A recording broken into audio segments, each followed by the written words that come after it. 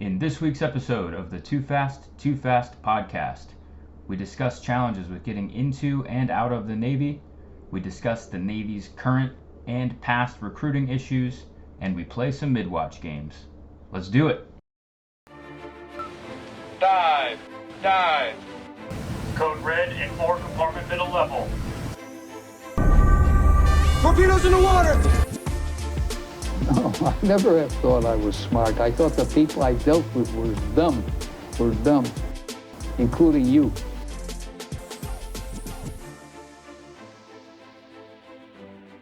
And here we go. Episode 1 of the Too Fast, Too Fast podcast. Do some brief introductions. I'm Kenny. I was a reactor operator and then submarine firefighting instructor. And I'm out of the Navy. Joe? My name's Joe. I was a nuclear mechanic. Then I worked for Pear at Prototype. And I'm also now out of the Navy. Mike? Yep, Mike. I was a mechanic on submarines, served with Kenny and Joe. Worked in Portsmouth Naval Shipyard in San Diego after I got on shore tour, and then I got out in 2022. Dakota? Hey, I'm Dakota. I was a JSI at NPTU Charleston, and then I did State 21 and did SWO in San Diego for a little bit, and I'm out of the Navy now too. And Amber? I'm Amber. I'm married to Kenny, and hanging out with the guys. Hell yeah. All right, sweet. Amber, get us started. What are we going to talk about? I thought that we could talk about what it was like to join the Navy, straight. I think you guys were all straight from high school, right? Mm-hmm. I was not. Mike was not. Okay, well, I think it would be interesting to see what was really difficult, what was easy, what it was like just transitioning. Kenny, you can go first. Yeah, so, go ahead, Kenny. Sorry, Mike. No, it's okay. I thought you were directing it towards me because I'm the only one that's different. I don't know. I grew up with a military grandfather, Navy grandfather, who pushed it pretty heavily. And I was always very opposed. I was just going to go to college like everybody else. And then I was a junior in high school, was kind of done doing school, and then wanted to stop even trying to think about college. So I went into the recruiting office with my cousin, who ended up not joining like she was supposed to.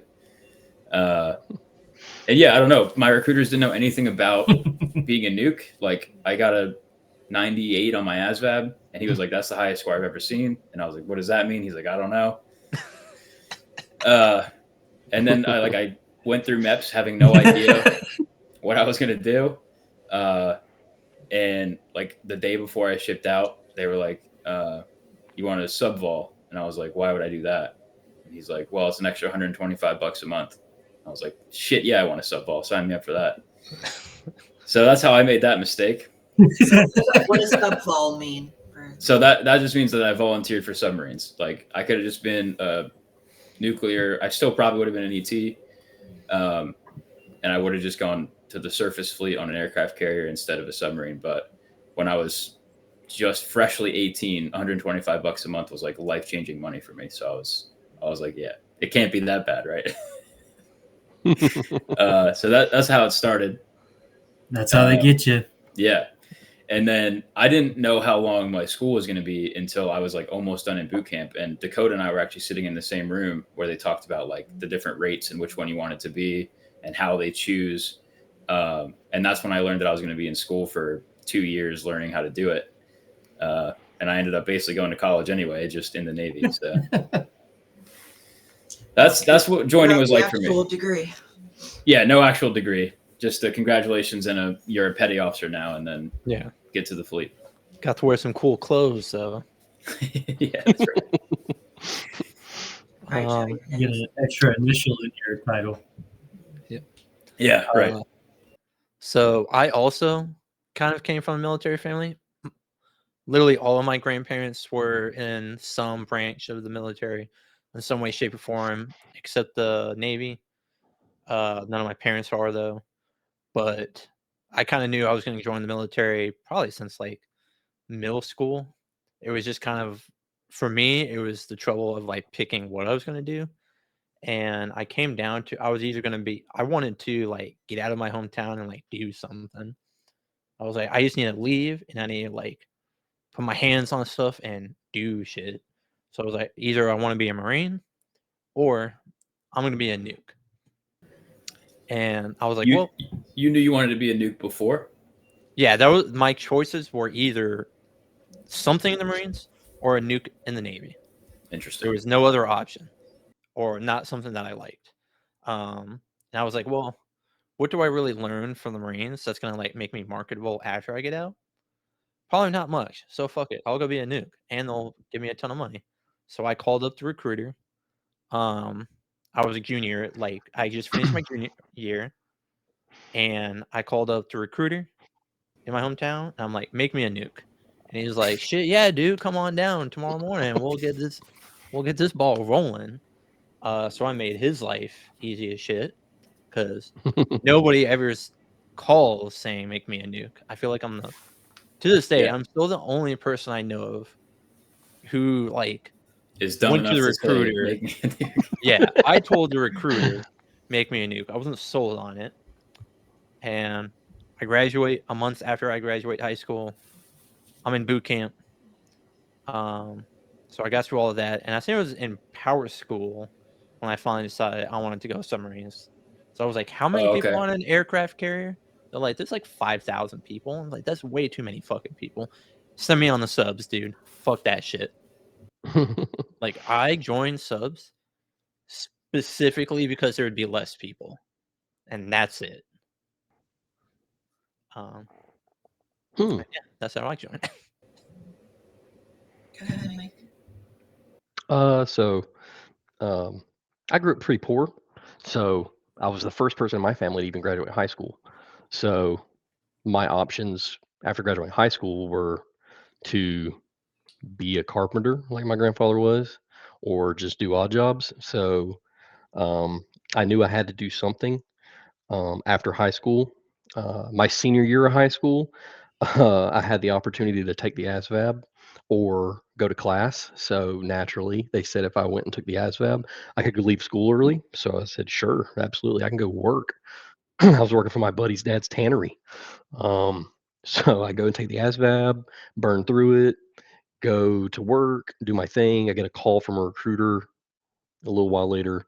He's like, "Hey, are you interested in joining? You did a really good score on your ASVAB, blah, blah, blah, blah, blah." So I was like, yeah, fuck, I'm not joining the military. Screw that.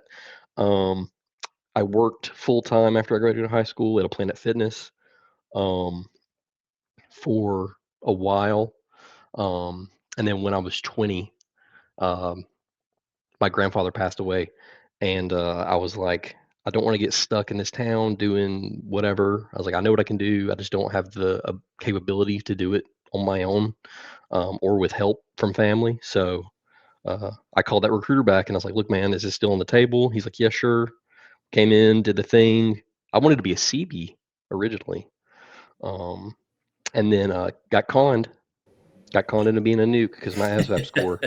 And at the time, my recruiter he was one of the last minemen in the Navy. Wow, that's wild. And Nice. he said, with your ASVAB score, you can make a lot more money and rank up, make more money in the long run if you go through this nuke program.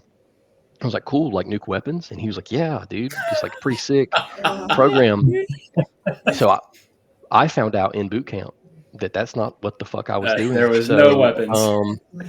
There was no weapons that I would be working on. So yeah, I found that out.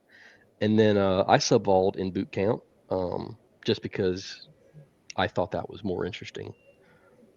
I would argue that it is more interesting. Yeah. But yeah, I'm super glad I was a mechanic. I originally chose electrician's mate first. So for anyone watching this that has no idea what we're talking about, in boot camp, they sit you down, all the nuclear guys, and they say, cool, here's 3 rates that you can be. You can be an ET, electrician's tech. You can be an EM, an electrician's mate, or a MM, a machinist mate. And I was like, well, I'm already really good as a mechanic, so I'm going to try to do another job and learn something else. So I put EM, ET, MM. Thank God I got MM, because there's absolutely no way Well, that's another I would crazy have thing about enjoyed. that sit down is, well, so first you go, no one goes to boot camp knowing what kind of nuke they're going to be. Correct. I didn't even know that there was different types before Yeah, that. and it sit doesn't down. even matter at the end of the day. No one gives a shit. But also, they don't really tell you, like in that sit down, they make all the rates sound equally as good, and they are not equally as good. I mean, No. electrician's mate is just about the shortest Yeah, straw they you can definitely draw. do. Yeah. Yeah, sub But yeah, that's my electrician. story. Wow. I think The sub electrician is the only one I would never talk shit to you. Even as like a mechanic, nuke mechanic. Yeah, I it would doesn't never get worse talk to than you. a Yeah. sub electrician. No. Yeah, a sub electrician. Specifically on a 680, like an old boat where they have all of the maintenance. Yeah, the way I mean, we talked about this on the boat ad nauseum, but an electrician's mate is basically a modern day version of a jamboy. Yeah, that's right. So it is what it is. Yep. Except instead of jam, it's carving dust. Correct. Instead of getting your body slathered in sweet, delicious jams, your your payment is carbon dust. All right, Dakota, how about you? Yeah, I'm very similar to Kenny, where I was rolling into my senior year of high school, and I knew that I was looking at colleges was not just appealing to me. It seemed like a lot of money for something I wasn't really sure that I wanted to do or not.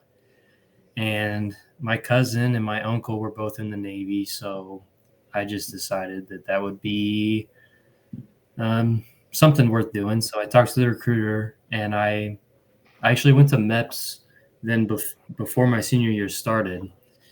And I remember sitting down with the guy to pick my rate, and he says, okay, so what do you want to do in the Navy? And I was like, what the fuck are you talking about? Because I thought that they just told you what you were going to do. I didn't know that it was like you got to have some sort of yeah. So he was like, I didn't know anything about rates, or I didn't know any of that stuff. So he was like, well, what rate do you want? And I was like, bro, I don't know what the fuck you're talking about. He's like, okay, so what do you like to do? And I said, well, I'm really good with computers. I like to do that. And he's like, okay, fine. I think he was sick of me at this point. But I signed up for AECF, which is Advanced Electronics Computer Field. So I guess those guys go on to be like FCs or something like that. I don't really know. But he told me after I signed up, because I took the ASVAB, I also got a 98. And he's like, you should really be a nuke. And I was like, okay. He's like, I can't make you a nuke today because it needs more like preparation, paperwork, and stuff like that. So go ahead and sign this contract for ACF, and I'll talk to your recruiter about making you a nuke. Like, okay. And I was like, I don't know. ACF sounds good. Why should I be a nuke? Like, why are you trying to make me a nuke just based on the score? And he's like, well, I'll tell you what. And then he lied. You're going to get an $11,000 bonus. And you're also going to be able to buy a house by the time you're 21 years old. And I said, that sounds pretty fucking good to me. And it turned out I did get the $11,000 signing bonus. And I closed on my house 3 days before my 21st birthday. So wow, he was telling the truth. And then I also sub-vauled in boot camp, and it was purely for the money. Just purely for the money. I thought it doesn't matter to me, sub or surface, so I might as well do the one that gets me more money. But thankfully, I did not make it to the submarine as an electrician's mate. I got into state 21 before I made it to the boat, so I dodged that, I guess. But yeah, that's pretty much it. Very cool. And everyone is out now, right? Joe, you're out? What was the? Well, I'm out of the Navy. I'm not necessarily out of the military, but yeah. So what was like the hardest part? Do you think like reintegrating back into like civilian life afterwards? I mean, so only haven't been out. I haven't even been out for a year at this point. Only like 8, 9 months maybe at this point. I'm too late to do the math. Honestly, for me, it didn't feel that bad. I think it was just a matter of kind of tempering the expectations of the people I would be meeting on a daily basis. Yeah, 100%. Because when you're in the military long enough, you get a pretty good idea of no matter where you go, you feel like you've got a good grasp on who you're gonna meet. Like, we had this old mechanic named Marcus, and the way he would always eloquently put it is the military is made up of like the same 5 characters. They just have different faces. Yeah, that's true. And I was that like I that's assume like that's the extra easiest true on a submarine too, right? With Yeah. lots of Yeah. people. Yeah. And Right, like the characters get turned up and down. Okay, you For got to sure. elaborate that. Who are the 5 characters? well, he didn't like specifically say what they were. He didn't classify them. He just said like the gist of what he was trying to say Oh, was gotcha. you're gonna have a pretty like I'm trying to say is you have a pretty good idea of who you're gonna meet on a daily basis, no matter what you're doing. You can talk to people in a very similar way or about the same topics.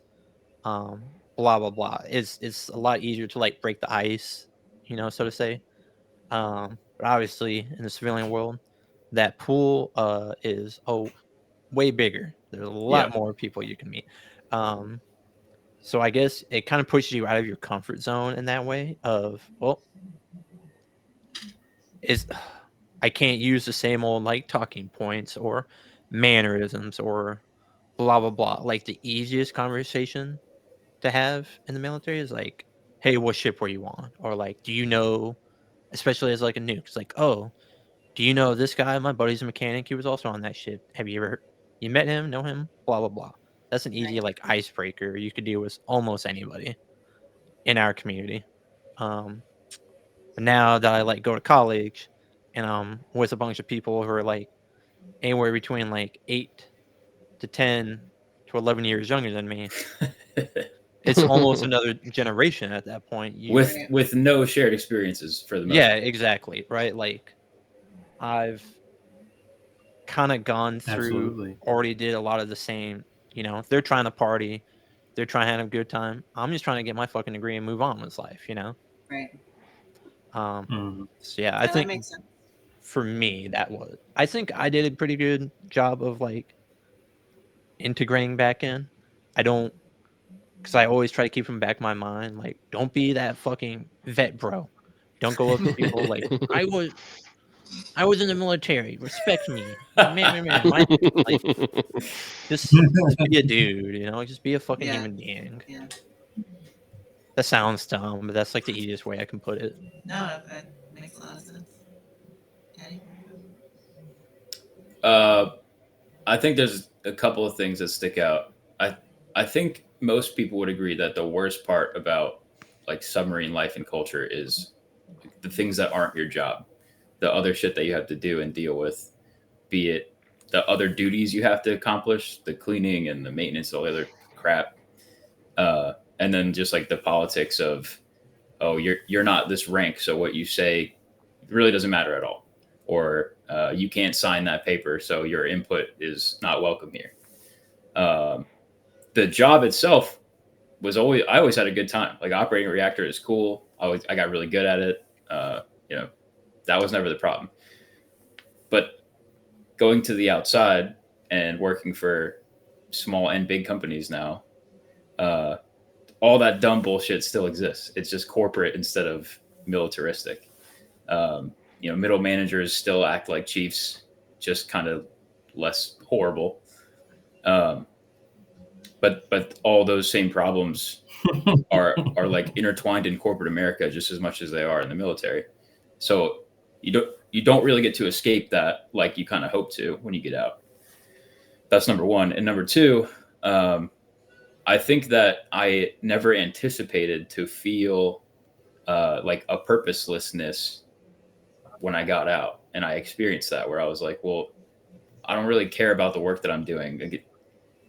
You feel that on the submarine too. Like, yeah, I don't need to do another monthly maintenance item that I've done 20 times at this point in my career. It doesn't matter, but it actually does matter. And you know that in the back of your mind that if you don't do it, things happen. But in corporate America, like your day-to-day desk job, like you don't have that purpose in the back of your mind. There's no greater mission. There's no shipmate that you're standing watch for. So that like camaraderie and purpose piece completely disappears. And I was not ready for the shock that brought me. If I can jump back in real quick, I would say number 2 is also like, just simply put, like making friends. Mm-hmm. That's kind of what I was trying to say when I was like, oh, the way you can like break the ice. When you're Yep. both military, like you have a lot of common ground. You just gotta get to that talking point. Yeah, I Yeah. think that's also. I mean, that's something that I struggle with, of course. But Amber being a Navy wife, same thing. Like, there's no pool of wives that are experiencing the same things she is anymore. Yeah, I think it's the. I mean, not to jump in on this conversation because I You think it's jump. important for Yeah, you, yeah. but Kenny's military career was not normal. We moved every. I think 2 years was the longest we stayed anywhere. Yeah. Mhm. So you make friends for 6 months and then you leave. And honestly, I became friends with you guys more than any of your wives or anybody else's wives. Like you guys were at my house and we were hanging out. We were Mhm. eating chili and watching football, and so Playing yeah, poker. right. Right. Yeah. Like you guys became my friends, and so it's Mhm. cool that we're doing this again. Yeah. But Mike, you go ahead. I think my biggest thing getting out was when I was in, I did not expect to get out of the military with a family. I did not expect to experience any of the things that I did in that regard. So on my way out of the Navy, I had this impending doom dread Mhm. that I had this career that was extremely stable because I was good at my job, and I have to up and stop and figure it the fuck out on my own. And like my background, we didn't have a safety net with family. It's me and my wife. We're pilgrims in this right now. So everywhere that we went together, it was just us. We didn't have family to be like, hey, if you guys need a little bit of help, we'll give you a place to stay. It was Mhm. just like, dude, this is going to suck if we can't figure this out. And especially with my wife coming from a federal employee background, um, we had to make a decision like, where are we going to live when we get out, because we can really choose wherever we want to go. And I think all of that options was kind of overwhelming to us at one point. But we decided to move back to the area where I'm from, just solely based on cost analysis of, hey, here's the money that we saved doing this. Um, we can't afford to live in San Diego anymore. Um, we can't afford to live really any coastal area. Um, Neither of us wanted to go back to the Northeast. Um, so we were like, let's go down to the Southeast. And one of the things that I found was that was kind of made me feel better in the long run. I was terrified of not coming to an area with connections, and just being a nuke submariner alone was huge for me to network once I got out here, because the current job that I have right now, I started 29 days after I officially separated, working for a company where my boss um, is a ex-Navy nuke. He was an electrician's mate back in the 90s. So That's pretty I cool. went through 30 something job interviews. You've got great experience. unfortunately, you can't do this management job because you don't have a degree, and blah blah blah. And you just go move through, and it's super. What's the word? Um, discouraging, because you're like, you get told your entire military career, oh, all this stuff you guys are doing is super marketable. That's right. It's super marketable to get a lower paying job as what exactly that you were doing, with less benefits. So yeah, Well, that's all that stuff schooling is that you super guys scary went with through, parents. yeah. it is marketable if you want to keep doing the same thing, and you could Yes. make more money. Like this, it was always a running joke. The civilian sector pays more, which is largely true. If you want to go Mhm. turn valves on a nuclear power plant that's operating Mhm. 24 hours a day, 365, then yeah, it is marketable. If Yep. you want to have a regular person job that you want to stop having all the mental crises that we go through, Yeah. then yeah, it's less marketable. But I want to just talk Yeah. real quick about something that Mike brought up, which was like moving and where to live and all this. And I've only recently had these thoughts because we are now living in one place for as long as we want to live here. And Mhm. I recently was like, I don't know if I will ever want to stay in one place now because I'm so used to like going and experiencing something new every 2 years, just based on the way our orders fell. Mhm. We kind of Where- became nomads. Yeah, exactly. Like, all right, this place has been fun. Let's get out and try something else. So Yeah. it's hard to like settle in when you have been forced not to. Hmm. Yeah. So I'm in the exact opposite as Kenny, because when I got out, I decided I was never going to move again. And wherever I moved, I would die there. There you go. So we bought our house, and I will die in this house, for better or worse. I don't care when. I'd like it to be later than sooner, but I will die in this house. I will die in this area. And I'm done with moving. I'll tell you that. You're the old man from Up, how they just built around Yeah. his house. Yeah, that's it. They want to Yeah, build a I've mall, and used he's it. like, build around. Yeah. bitch." Yeah, you're gonna be surrounded by skyscrapers a couple of years. Well, hopefully not, but we'll see. All right, I don't know about you. So I would say I haven't really joined, I guess, the civilian life yet. I got out in at the end of December. I finished my terminal leave at the end of December, but I've been unemployed since then. I have a job lined up. I'm starting it Monday. It just took some time between then and now to get everything settled. I had knee surgery last month, so I've just kind of been a bum lately, and I don't really have to deal with people, and I don't have a boss. So, but the cool thing is that I was fortunate enough to get a job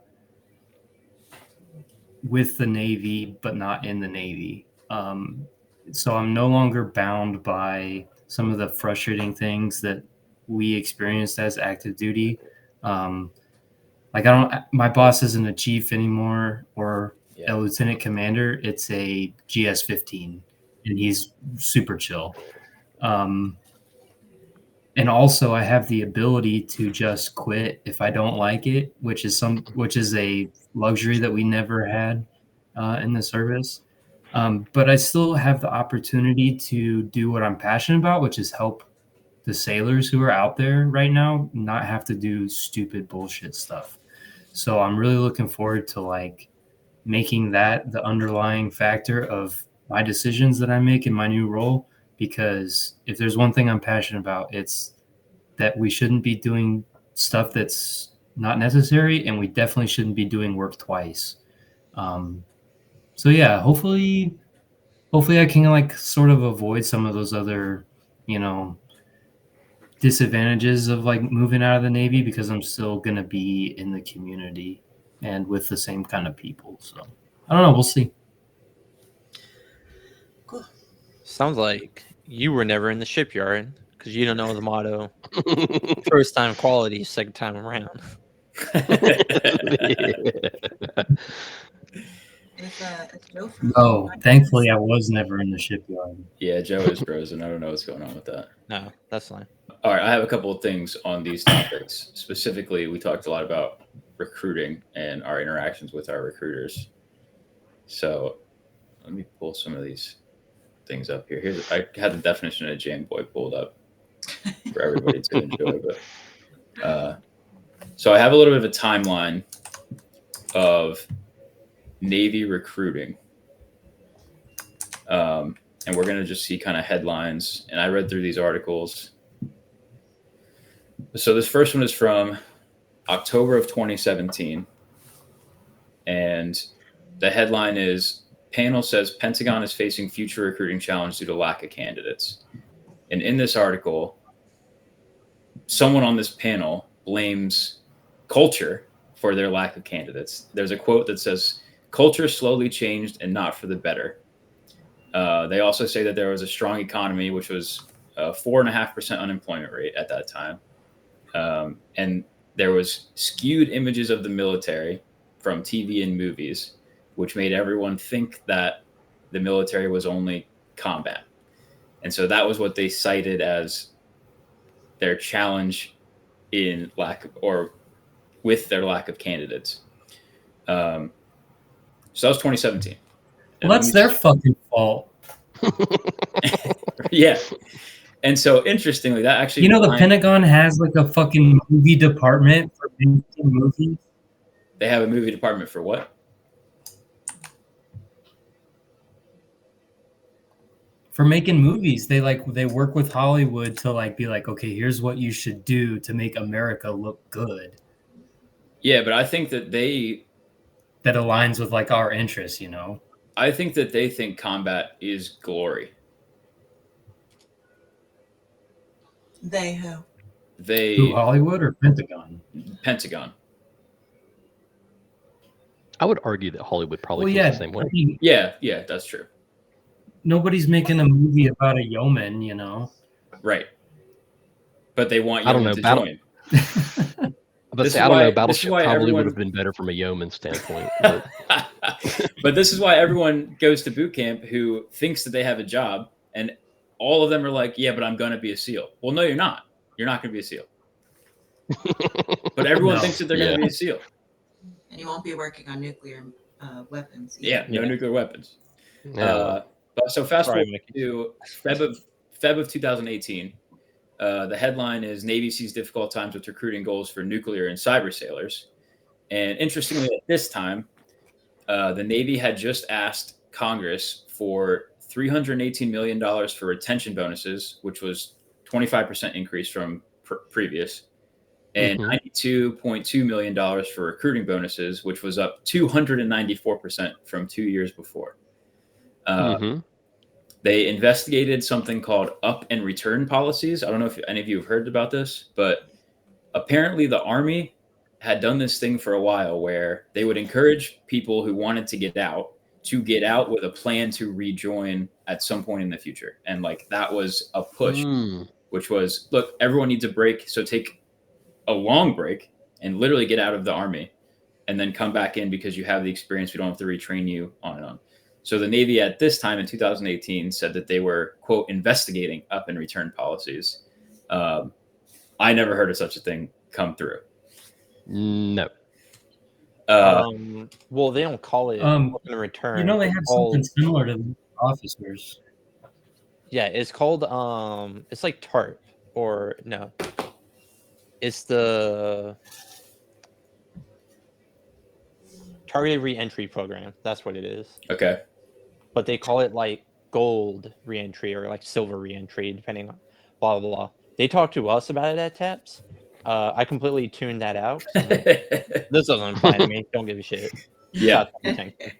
But funny enough, I forget his name. I don't remember what his first name is, but we had an A-Gager on our boat who actually used that program because he was working as like an HVAC dude at Prototype.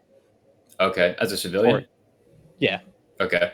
Hopefully that'll like ring the bell for a couple guys. Because again, I'm not trying to say his name. And then after a couple years, I was at TAPS and they were pitching this idea. And it was like, anybody here work at Prototype? Oh, I do.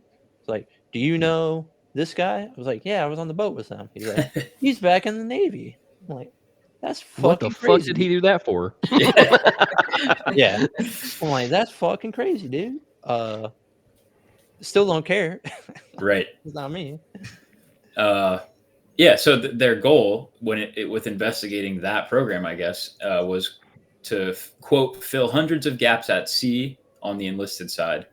They also looked at making 40-year career caps instead of 30, and then have not as sharp a rank pyramid, which I also don't really understand what they wanted out of that.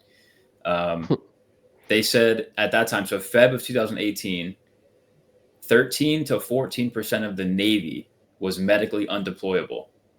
And they said that the major contributor, I'm sure you could guess, was dental care.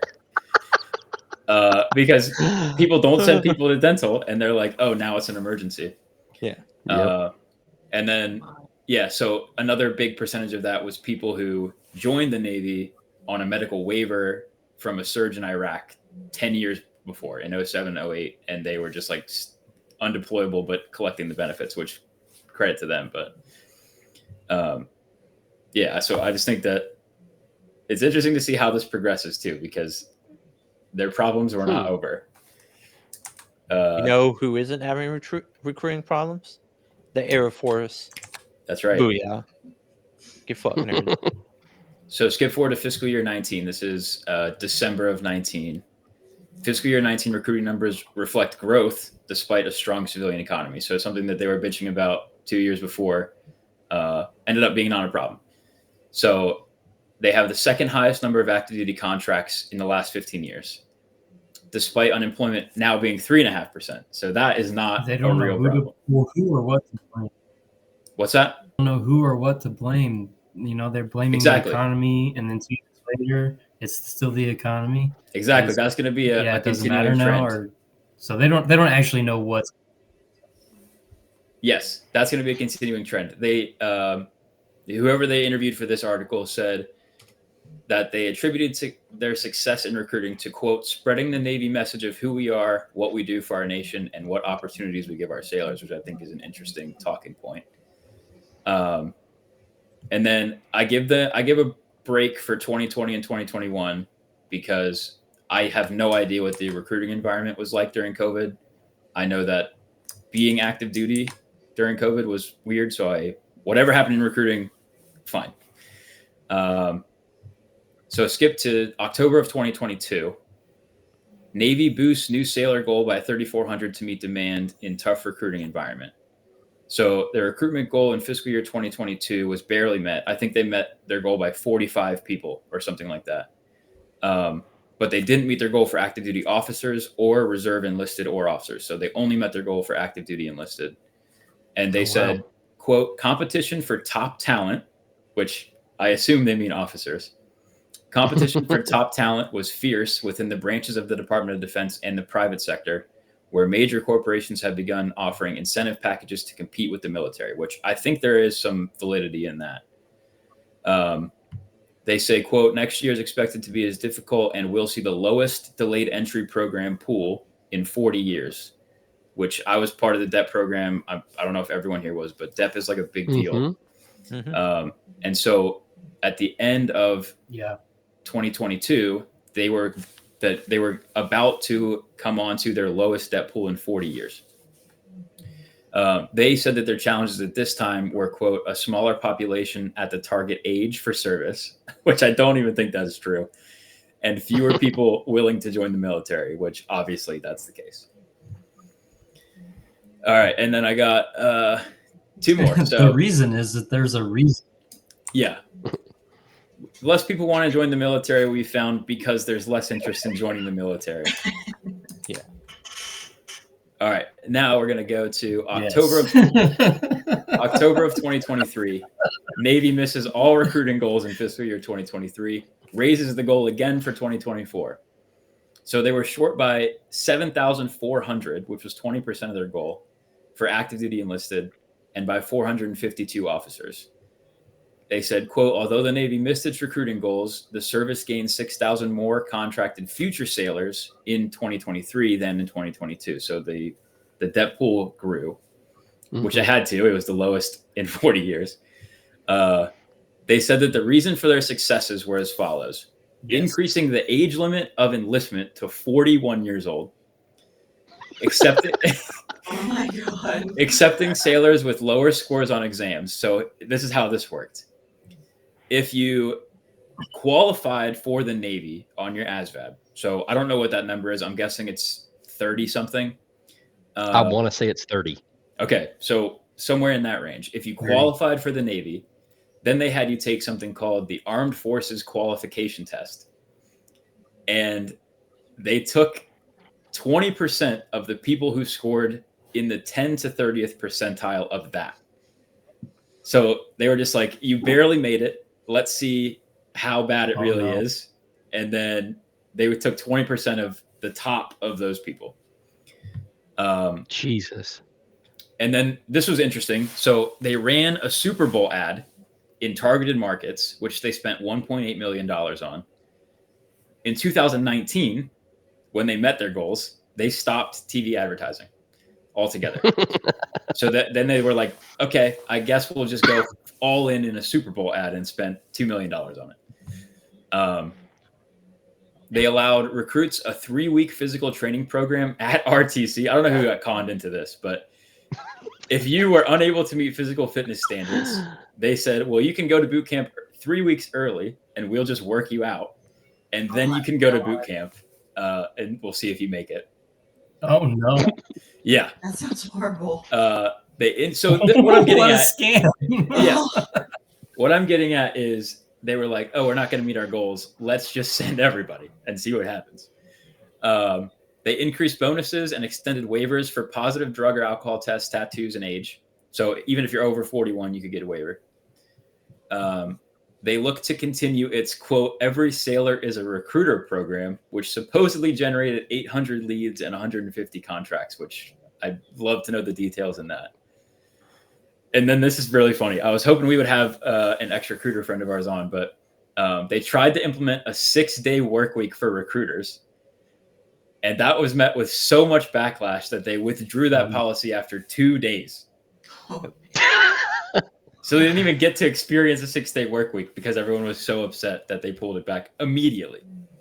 Well, no shit. Yeah. They met or exceeded their retention goals with every category of people except 6 to 10 years of service, which I couldn't find any relevance in that, but I thought it was interesting. And then here's my favorite point. They just got rid of higher tenure. Oh, wow. Yeah. So I don't know the current policy, but in They got rid of 2023 higher tenure. Yep. So higher tenure, for those that don't know, is if you were, let's say, an E5 and didn't make E6 for too long, and you were an E5 at a certain point in your career, you met higher tenure and they kicked you out for failure to advance, basically. So in 2023, amid recruiting struggles, the Navy said, never mind, you can stay that whatever rank for as long as you want. And then the last update here, I think, is March of can I ask 2024. something about that? Yeah. Why would that be a bad thing? So typically, and this is not true across the board, at least this is my opinion, if you can't make, so the higher tenure lengths are very long. Like you have to be in for a long time and not make rank to get higher tenured out. And so typically those sailors are low performing or have been in trouble or some reason that they're not advancing, because usually staying in and doing your job is good enough to eventually make rank. I see. Or they're purposefully not advancing because they don't want more responsibility. True. That too. So Amber, the original higher tenure that we experienced during our careers. So you remember when Kenny made E5, he could have gone to year 16 Right. as an E5.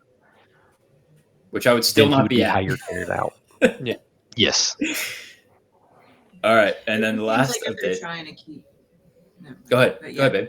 I was gonna say it Go ahead. seems like if they want people to stay in and like be okay, like not ranking up doesn't seem like that big of a deal. Yeah, If I it's just understand. because you don't want to. If you're in trouble and you're shitty, then fine. But it's impossible to tell the difference. The Navy can't, like, they can't tell who's who. I see.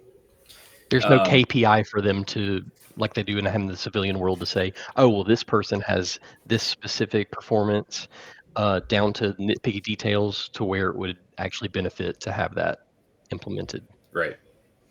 All right. And then this is the most recent recruiting update that was made public. So March 2024, Navy personnel leaders tie uptick in sailor stress to manning shortfalls. So I pulled a quote here. It is a truth universally acknowledged by Navy leadership that the sea service has a manning problem. The Navy's gap at sea among junior sailors is at 22,000. A recent report on the Navy's Health of the Force survey found that 2 of every 5 enlisted sailors up to E6 reported experiencing severe or extreme stress. They talked about deploying these pilot programs, and an example they gave was deploying therapy dogs on ships, which I think is wild. Oh, hell yeah, dude.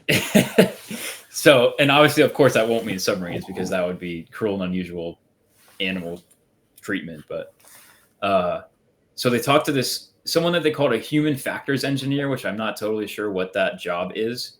But he said that there's not enough mental health professionals, which was highlighted in the Navy's investigation of the George Washington, which, if you're unfamiliar, was an aircraft carrier and shipyard that had 3 junior sailor suicides in a 1-month period. So he's pulling information from that investigation to say that there's not enough mental health professionals, which I would agree with. He also said that, quote, while the Navy survey found increased trust in leadership, especially in senior enlisted leaders, leadership can contribute to stress. It only takes one toxic leader to stress out sailors. Leaders also deal with stress from manning issues, home tensions, and extended deployments. That cuts into their sleep, and when people are tired and cranky, they may take it out on their teams, causing additional stress on these sailors.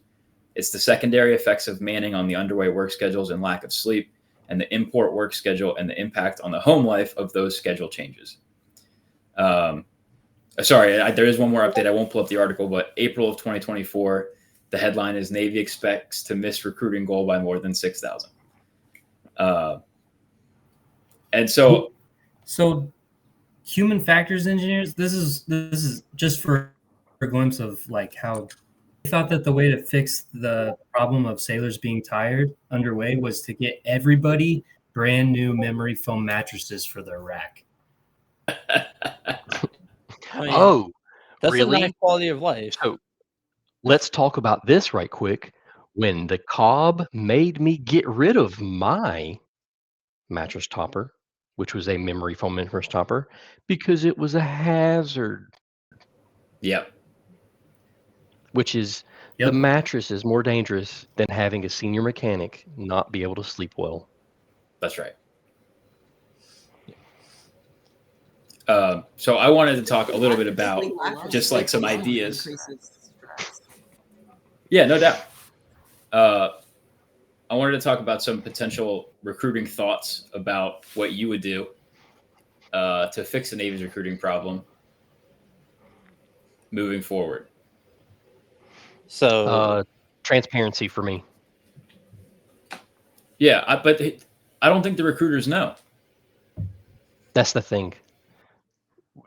Do you think that the recruiting pipeline is getting the same amount of training as someone shipboard?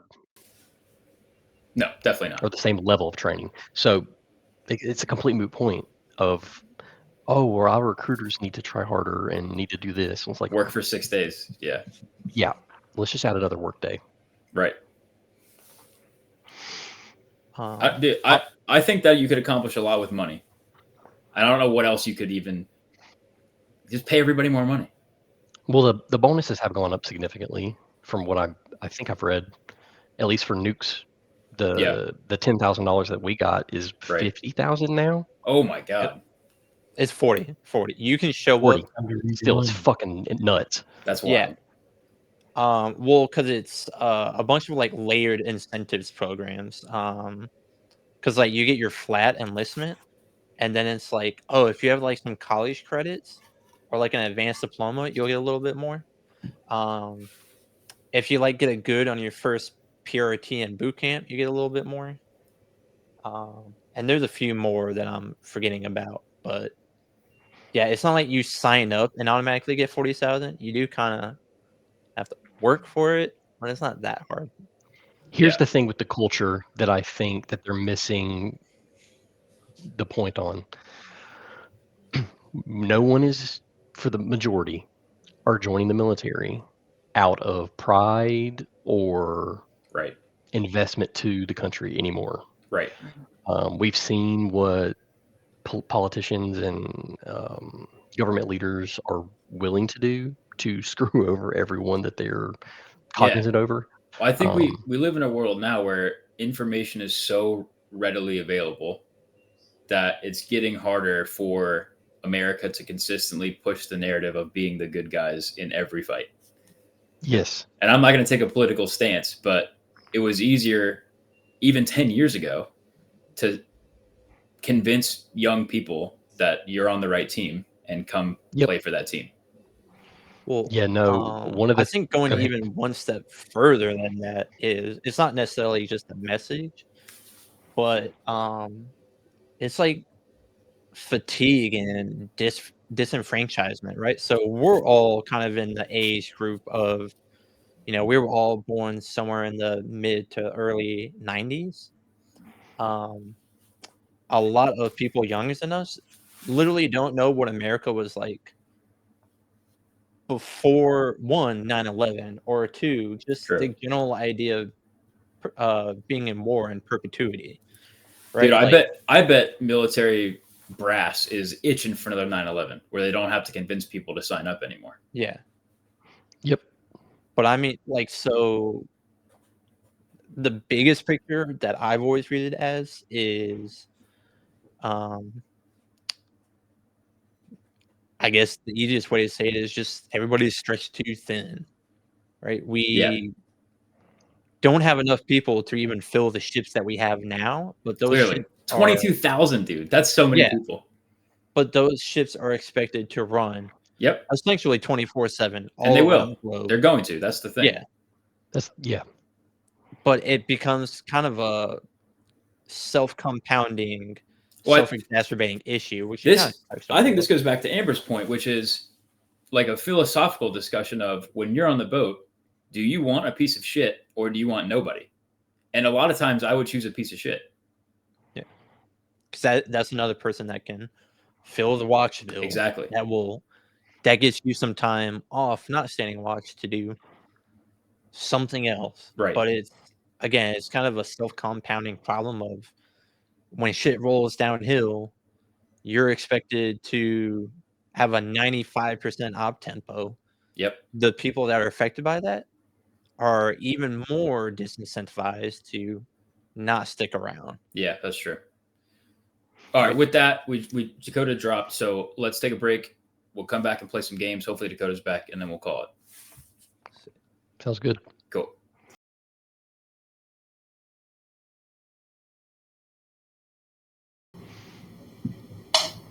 All right, we're back. Dakota's back. Always ready.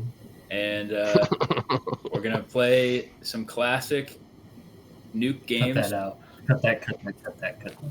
Clip that, you mean.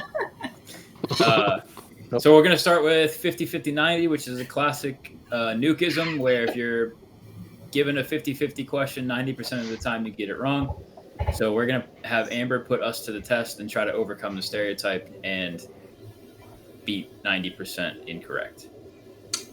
Cool. Are you guys voting as a team, individually, playing against one another? How do you want to do it? I think 50-50-90. Individually. Yeah. Individually? I'm too stubborn to agree with 3 other people at the same time. Yeah, you are. Okay, let's do it individually. All right. Okay. Let's do 10 questions Okay. so we get an easy percentage. 10. And then each person just immediately goes, blah, blah, blah. Okay. Yep. Yeah. We'll do like the screen. Kenny, Joe, Mike, Dakota. I do not want to go first, but fine. You're going first. Okay. I'll be a coward. All right. Which country was Lego invented? Sweden or Denmark? Oh my god. You're going in Thanks. there. Go. Go. Sweden. You got 3 seconds. Sweden, they like to build shit. Denmark. Oh, I think it's Denmark. It's Denmark. Shit. God damn.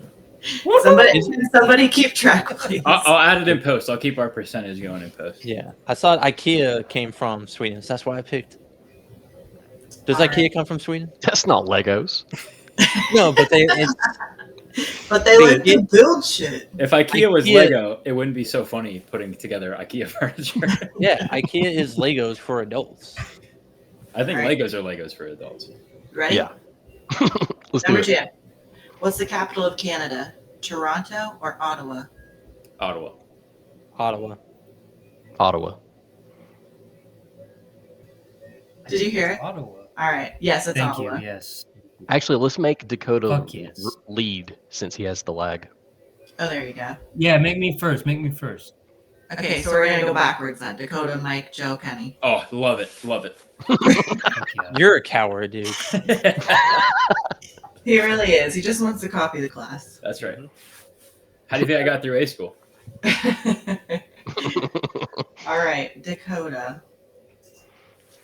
Which city has more inhabitants, Paris or Moscow? Gotta be Paris. Mike? Paris. Paris. Moscow.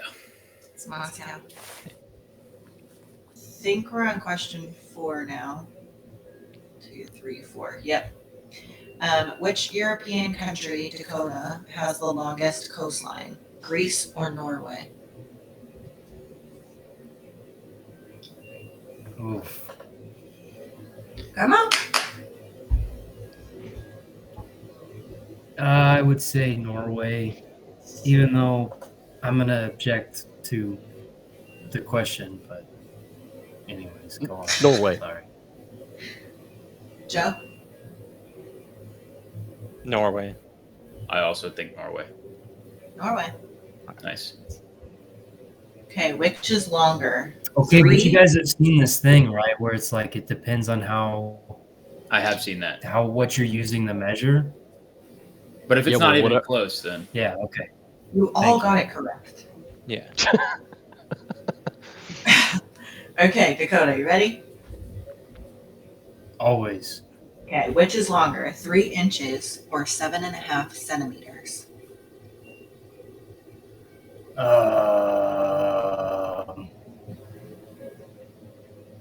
3 inches.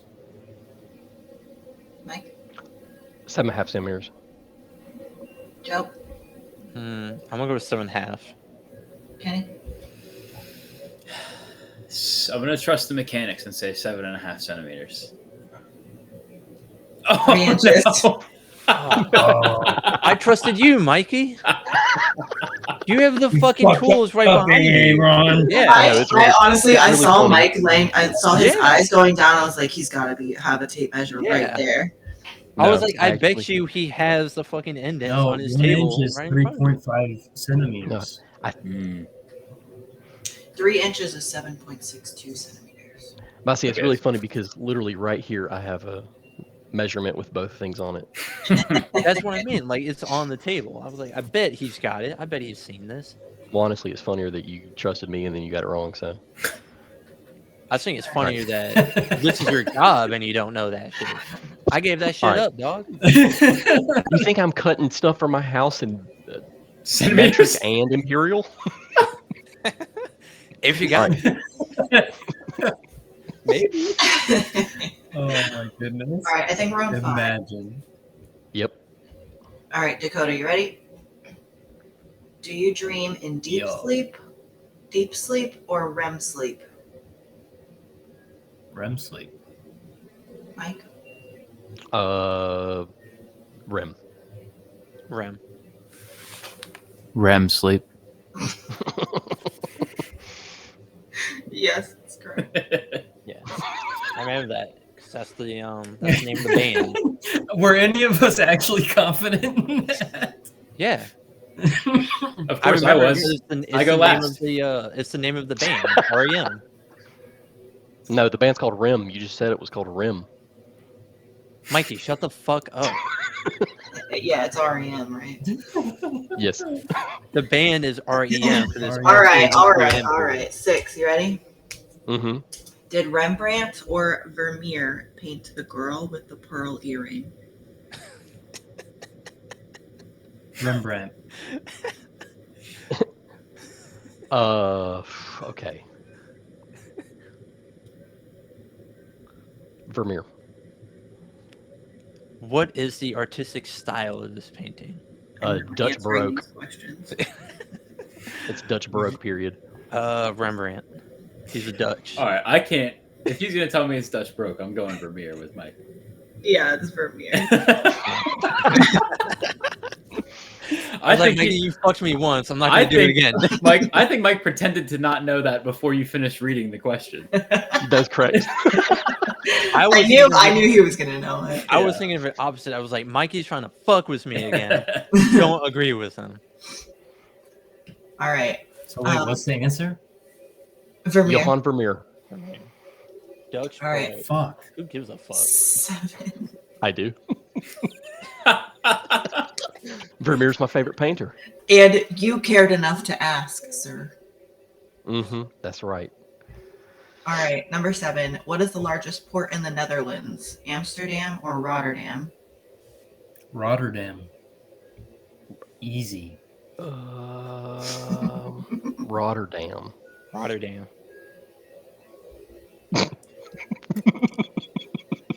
Stop thinking about it. You guys suck at it. Go. Rotterdam. Guinea. Rotterdam. You know that microphone moves. It's hardwired. I have to lean into it. Rotterdam is correct. It's There we Rotterdam. go. I had no idea. Hell yeah. Okay. Is the Louvre located in Milan or Paris? I'd like to Fuck. file this session under protest. 2 I art think it's- questions. I think it's in Paris. It's in Paris. It's in Paris. It is in Paris because I'm not trying to trick Cooney. I know it's in Paris. I think So I just had this question in my friend's class last week. I almost did a spit take. Paris. Uh-huh. That's I'll where they have your buried. hope, Mikey. That's where they buried Mary Magdalene under the Louvre. Mary Magdalene is the girl with the pearl earring. In case you didn't know. I didn't know because I don't know who the fuck Mary Magdalene is. Now you know. Now I Now you know. know. She's buried under the Louvre. Okay, Okay. cool. Don't care. Don't care. All right, next. All right, number 9. Were there more deaths during World War I or World War II? Okay, but are we counting civilian deaths or no? Total. She didn't say KIA. She said death. It's got to be World War II. But I have a feeling that 2s across that's the not the board. official answer. That is correct. 2s. Yeah. If anyone is ever just listening to this, everyone held up 2 fingers. Was that the right answer? Yes. Yes. No, I'm holding up a V for victory. I couldn't hear anybody else's answer. They all held their fingers up. Yeah, we didn't say our answers. Nobody said anything. Oh, okay. Well, that's probably. All right. Well, my screen is so blurry. It's because you're on La Quinta Wi-Fi. Yeah. That's right. Last question. I should pronounce La Quinta.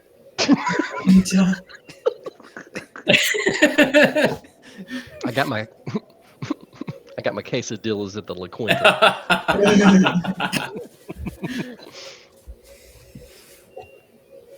Okay. Oh boy.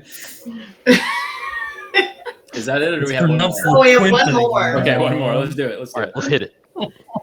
Did Brendan Fraser or Tom Cruise win an Oscar in 2023? Wait, I missed the first part of that. Sorry, Amber. That's okay. Did Brendan Fraser or Tom Cruise win an Oscar in 2023? It was Brendan Fraser. It was Brendan Fraser for his role in George of the Jungle. No, I'm pretty sure it's Brendan Fraser for The Mummy. what is it? Walrus? It's about The the movie whale. about The him Mummy. being The fat whale. and twisted. The Brendan whale. Fraser. Yeah. Yeah, Wrong you're answer's Aquatic only animal. Joe. You're right. Brendan Fraser, the aquatic animal. Okay.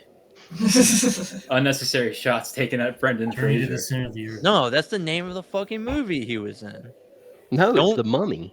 Don't put this fucking evil on me, Kenny. I'm not slandering him. Whatever you take it back.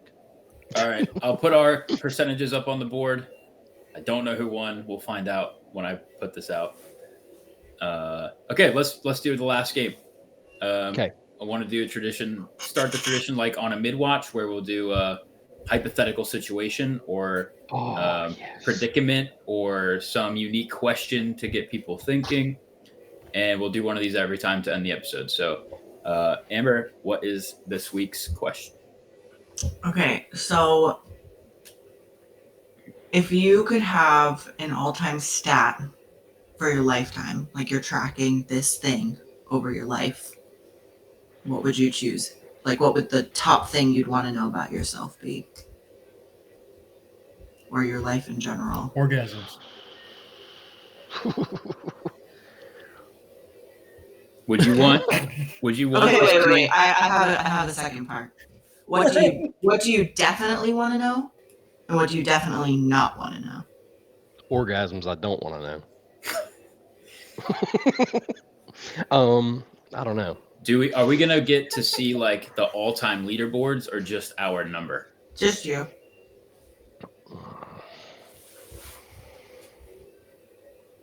Okay. That's a good question. Because Okay. it has to mean something in context, right? I mean, it could be number of pizza rolls consumed. Okay. I've got mine.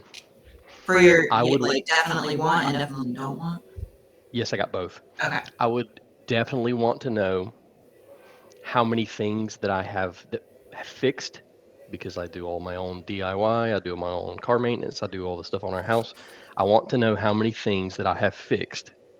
And then I want to know the adverse of how many things that I have caused a problem in. Those would be my stats. How many things have you fucking made it worse? Yes. I can think of one submarine that doesn't want that stat. Spit take number 2. Yeah. Well, you know. And I know a few of the numbers. both ways. For me, it is definitely the amount of times I have fantasized getting into a fight, and I don't not where want I to thought it know was my going. actual success rate would have been. Oh, that's good. Ooh, that's And this good.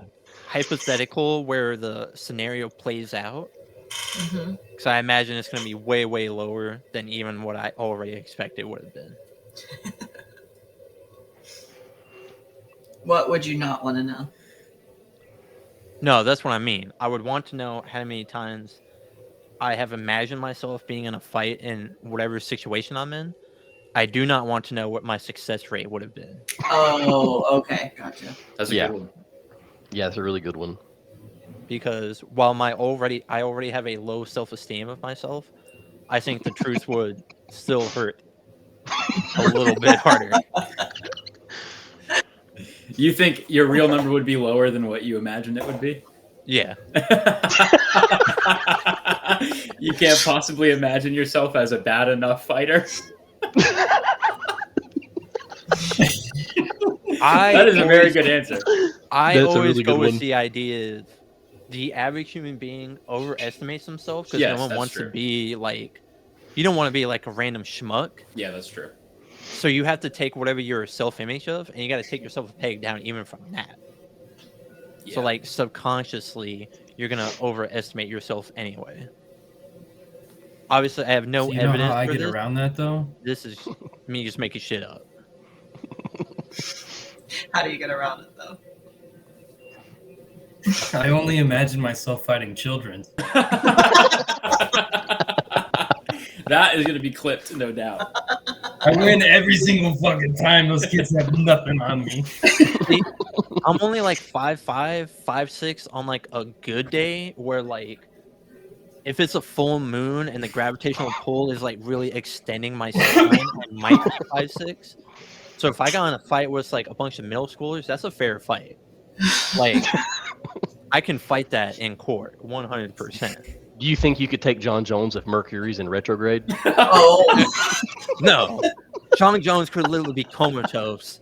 I don't think I could hurt a bone in his body. Like I don't like him being unconscious. His corpse could be in the morgue on the tray. If I try to hit him, his bone density would hurt me more than I could hurt his dead body. Like I know that 100%. Like that's not even a question. I thought of mine, my stats. I would want to know how many like work hours I have saved people, be it on the boat, in the Navy, civilian life, and I would not want to know how many man hours I have cost people, how much extra work had to be done because of me. That's fair. Well, I was saying it can't be. I doubt it's more than me. I fuck I was up about a to lot say. of shit. I was about to say. Fuck up a lot of shit. Yeah, if I could see it on a leaderboard, then I might be curious, but I wouldn't want to know. I would just want to see it. I would put that as mine if there's a leaderboard, just so I could see exactly how far Cooney is above number 2. Oh wait, well you guys weren't even there for deployment. Literally, almost every major like malfunction we had happened when I was on watch. It wasn't me that was doing it. I just happened to be awake on watch, and then like the diesel would break, or the radio tower would get bent, or some shit like that. Like it just always happened when I was on watch. I don't think that Did would that go have on it? your stats though. No, but Yeah, that but- was like the joke was that if I was on watch, like if my watch team was on watch, something was gonna break. Dude, they needed to check. that seems to be what happens with Jimmy on this podcast. Yeah, true. It's the boat's problem for not checking if Mercury is in retrograde before they put you on watch. I'm just saying. They have to know. Since you guys are bringing this up, nobody has turned in their Baker Mayfield apology form. And you guys think I forgot? I have not. Nobody brought that up. What the hell are you talking about? That's What are what he you keeps talking talking about about? when he keeps saying Mercury is in retrograde. It's on the apology form. Like Oh. I apologize to Baker Mayfield because here's why I disrespected him. One of the options is All right, well, Mercury please- was in retrograde. Please send my apologies to Baker Mayfield and his Lombardi trophy. I would like Verbal's to hear not good enough. You have to Dakota's sign stats. it, write it, sign it, then give it to me. Dakota, did you answer?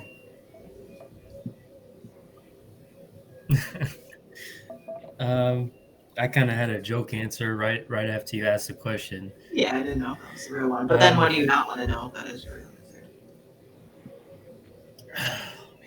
I don't want to know how many of those were spent by myself.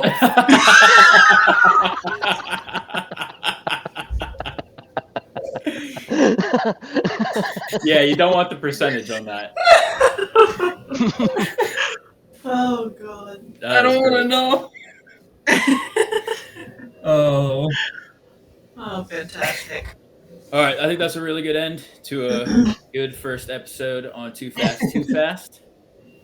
And we'll see you guys next week. Dive! Dive! Code red and 4 compartment middle level.